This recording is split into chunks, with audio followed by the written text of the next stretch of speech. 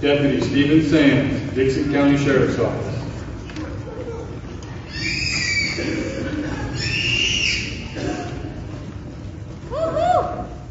It is now my great pleasure to introduce today's guest speaker, Chief Kevin Denny of the Grand Island Police Department. Chief Denny began his law enforcement career in 1992. He spent 24 years with the Irving, Texas Police Department and has experience in patrol, investigations, narcotics, personnel, SWAT, communications, schools, and jail operations. Since 2016, he has worked as a police chief in the School District Police Department and most recently in the Texas Municipal Police Department. Chief Denny was appointed as the Grand Island Police Chief January 16th of 2023. And he and his wife Tessa have 4 girls and they enjoy spending family time together, watching and participating in sporting events, and traveling. Chief Denny received his undergraduate degree in sociology from Texas A&M University in 1991. He has masters in both criminal justice and public administration from Tarleton State University. He is currently in the process of obtaining his PhD in criminal justice, also from Tarleton State University. And he is a graduate of the Sam Houston State Leadership Mann College for Police Executives. Chief Denny is passionate about helping to define 21st century policing concepts, effective police alignment with the community, mental health issues, and increasing school security and safety. Chief Kevin Denny.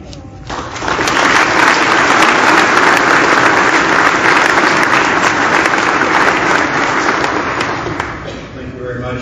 It's an honor to address Class 214 and your relatives and family members here. It definitely is an honor. Seems just like a very short 30 years ago that I was in a seat similar to where you are, probably not paying much attention to the keynote speaker because I wanted to go out and do police work.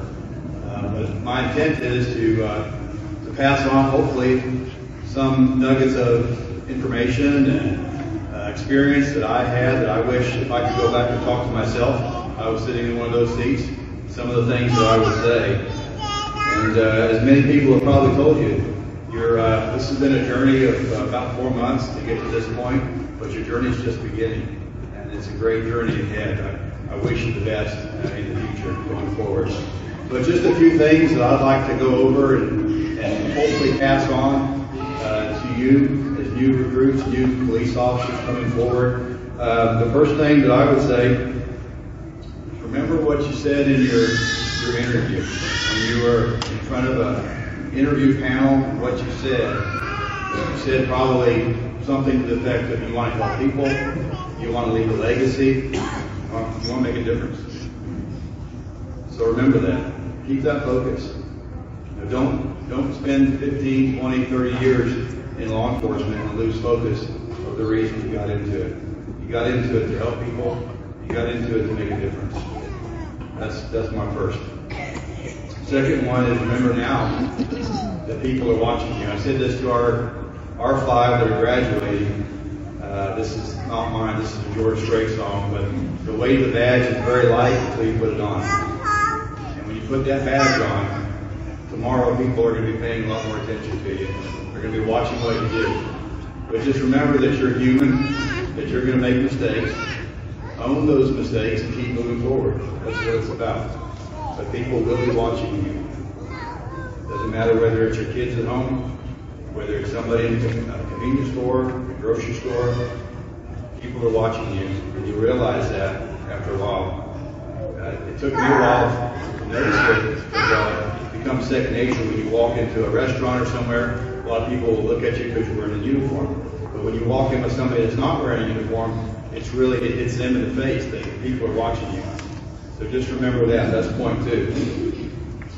The other thing is that in your particular organization, whether it's a sheriff's department, police department, any law enforcement agency, remember that it's really about your community. It's about the people to the right, and it's about the people to the left of you.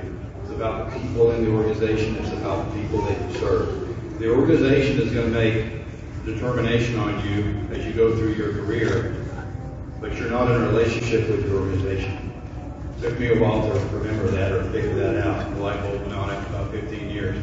That I thought I was in a relationship with my organization, and I found that I wasn't, that the relationship was only one-sided from my end. It's about the people in your organization. Your organization is going to be terrific, but it's going to make choices based on objective information and what's best for the organization. But what's most important is the people that you work with, people that you serve with, on night shift, on day shift, the investigations. That's what matters. Number 4 is you're in sales, believe it or not. And that's a paradigm that we all need to get through our head. In law enforcement, we are in sales. You're selling a product. You're selling the institution of law enforcement. You're selling exceptional customer service. You're trying to get a witness statement. You're trying to get a confession, but you're in sales. You don't think that.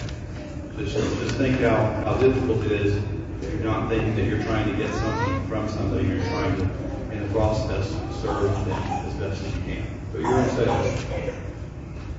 And you are, number 5, you are on the thin blue line and brown line. I'll refer to my sheriff's colleagues here as well. You're on that thin line.